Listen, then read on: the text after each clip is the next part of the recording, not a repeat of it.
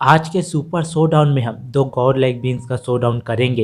एक तरफ होगा सेलेस्टियल जिसने बहुत से सन, लाइफ्स और प्लैनेट को क्रिएट किया है। वहीं दूसरी तरफ होगा ओइड यूदोरा जिसने हजारों प्लैनेट को डिस्ट्रॉय किया है। तो क्या होगा जब डिस्ट्रॉय करने वाले और क्रिएट करने वाले दो गॉड लाइक बींग्स आमने सामने हो, जानेंगे इस एपिसोड में। तो बिना किसी देरी के चलो स्टार्ट करते हैं।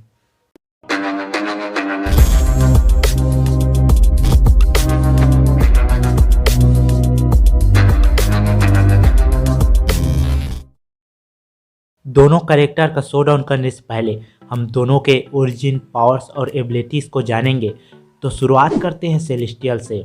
वैसे तो एमसीयू में बहुत से सेलेस्टियल एग्जिस्ट करते हैं, पर हम सिर्फ एक ही सेलेस्टियल को लेंगे।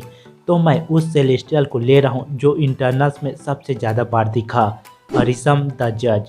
अरिसम एक प्राइम सेलेस्टियल है जिसने यूनिवर्स में पहला सन बनाकर यूनिवर्स में रोशनी लाया था। अरिसम वही सेलेस्टियल है जिसने डेवियंस और इंटरनल्स को बनाया था और इंटरनल्स इसी का ऑर्डर फॉलो करते थे। इंटरनल्स मुई में एजैक और सरसी इसी सेलेस्टियल से कम्युनिकेट करते हैं। अरिसम एक ऐसा सेलेस्टियल है जिसने पूरे यूनिवर्स में असंख्य जीवन या दुनिया बनाया है। अगर बात करते हैं अरिसम की पावर्स की, तो वह एक सेलेस्टियल है तो उसके पास इन्फिनाइट पावर्स है क्रिएटर और डिस्ट्रॉयर की। Incalculable super human strength, super human durability और सुपर ह्यूमन स्टेमिना है। कॉस्मिक एनर्जी मैनिपुलेशन की शक्ति है जो कि वह यूनिवर्स में असंख्य दुनिया बनाता है।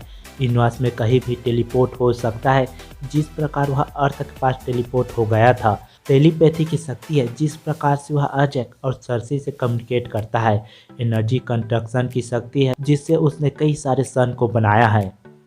अरिसम एक इमॉर्टल सेलेस्टियल है जो अरबों सालों से जिंदा है। इसके अलावा इसके पास इल्यूजन मैनिपुलेशन और वेदर मैनिपुलेशन की शक्ति है और वह नई ऑमनिशियंस और नई ऑमनीपोटेंट है। अरिसम एक ऐसा सेलेस्टियल है जो यूनिवर्स में जीवन की उत्पत्ति किया है। वहीं दूसरी तरफ है ओइड गिदोरा, एक ऐसा गिदोरा जिसने हजारों प्लेनेट को नष्ट किया है।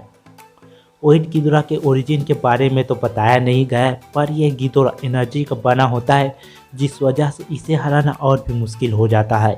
अगर बात करते हैं इसके पावर्स और एबिलिटीज़ की, तो इसके पास स्पेस टाइम मैनिपुलेशन की शक्ति है जिसके जरिए वह दूसरी दुनिया जा पाता है।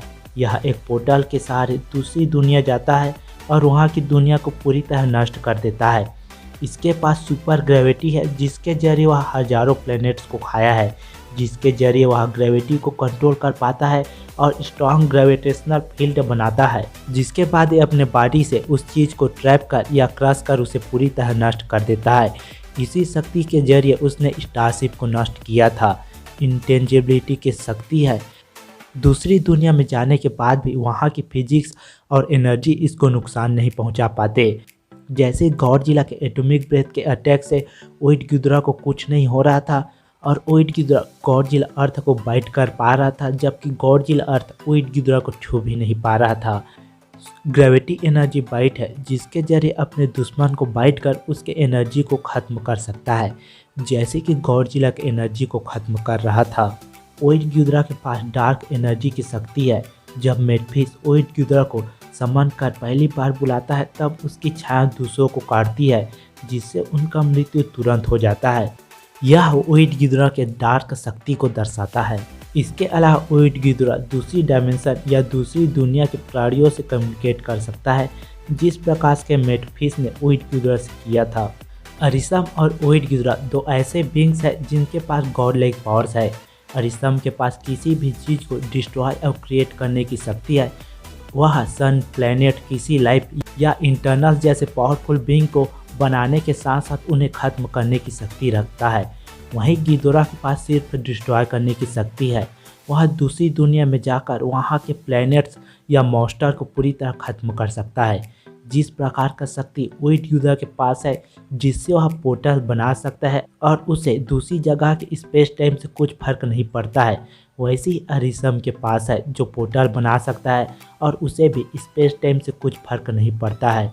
और दोनों कैरेक्टर इमॉर्टल है। तो सवाल यह है कि कौन जीतेगा। अरिसम के पास ज़्यादा पावर्स है क्योंकि उसके पास कॉस्मोस में लाइफ बनाने की शक्ति है और ख़त्म करने की भी। वहीं ओइड गिदोरा के पास सिर्फ डिस्ट्रॉय करने की शक्ति है।